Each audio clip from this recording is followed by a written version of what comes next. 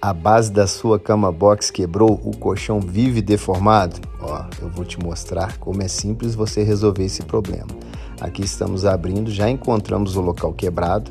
Vamos precisar de um pedaço de madeira.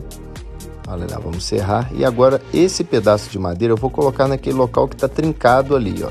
Vamos colocar ele ali, apoiando no de cima e parafusar ele. Então não precisa de trocar toda a base da cama, somente ele no local quebrado. Olha só como ficou bacana. Olha lá, resolvido o problema.